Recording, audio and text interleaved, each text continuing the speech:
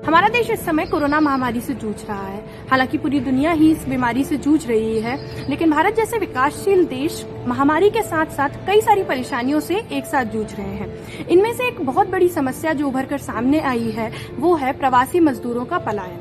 हमारे देश में कई सारे लोग अपने गांवों से, अपने घरों से महानगरों की ओर जाते हैं रोजगार की तलाश में, लेकिन क्योंकि लॉकडाउन है और लॉकडाउन की वजह से इंडस्ट्रीज बंद हैं, काम सारे ठप पड़े हुए हैं, तो मजदूरों को रोजगार नहीं है और जिस कारण से उन्हें अपने घर की ओर लौटना पड़ रहा है।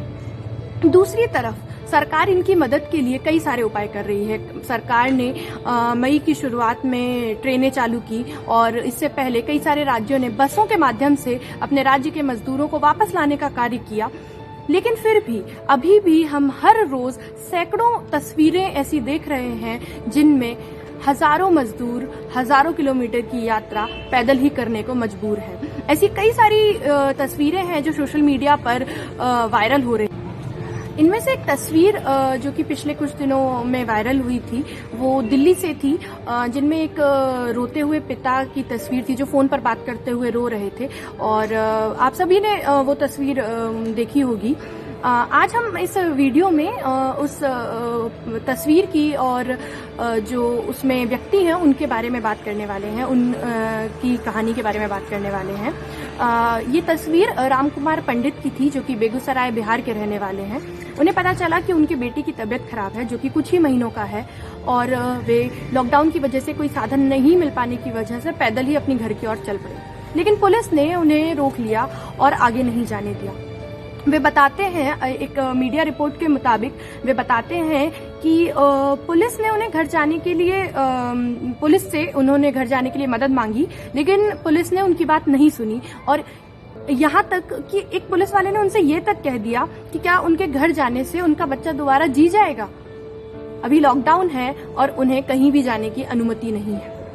यह व्यवस्था उनसे सवाल कर रही थी, एक पिता से जो कि अपने बेटे को देखने के लिए घर जाना चाहते थे। ये तस्वीर जो खींची थी वो एक समाचार एजेंसी के फोटो जर्नलिस्ट ने खींची थी, जो बताते हैं कि जब वो निजामुद्दीन ब्रिज के पास से गुजर रहे थे तो उन्होंने देखा और एक मिनट को वो देखते रह गए कि ये मतलब उस व्यक्ति ने, उस दृश्य ने उनको बांध लिया, वो वहां से आगे नहीं बढ़ पाए। उन्होंने वो तस्वीर खींची और फिर जब पिता से जाके, रामकुमार पंडित जी से जाके बात की तो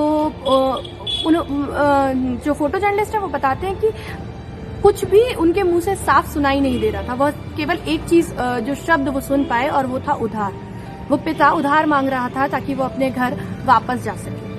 बाद में उन्हें पता चला कि जिस व्यक्ति से उन्होंने बात की थी उनका नाम रामकुमार पंडित है। जब वो बात कर रहे थे तो वो उनका नाम तक नहीं पूछ पाए थे और वो कहाँ के उन्हें नहीं पता था, लेकिन उन्होंने मदद करने की कोशिश की और पुलिस ने उनको भी, जो फोटो जर्नलिस्ट थे, रामकुमार पंडित की मदद नहीं करने दी।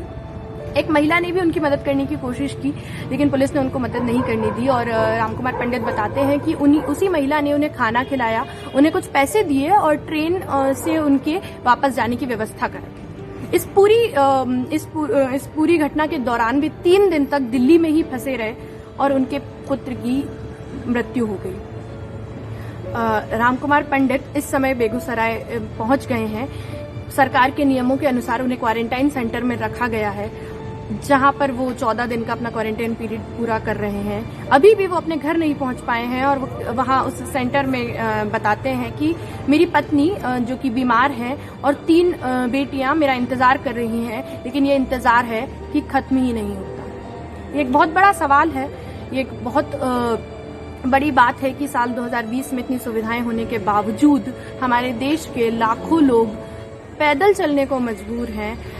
वे अपने घर जाना चाहते हैं, कई सारी परेशानियां हैं, लेकिन वे अपने घर नहीं पहुंच पा रहे हैं। रामकुमार पंडित आगे कहते हैं कि अमीरों के लिए सभी सुविधाएं हैं, उन्हें विदेशों से हवाई जहाज में वापस लाया गया, लेकिन हम गरीब मजदूरों को अपने हाल पर मरने के लिए छोड़ दिया गया।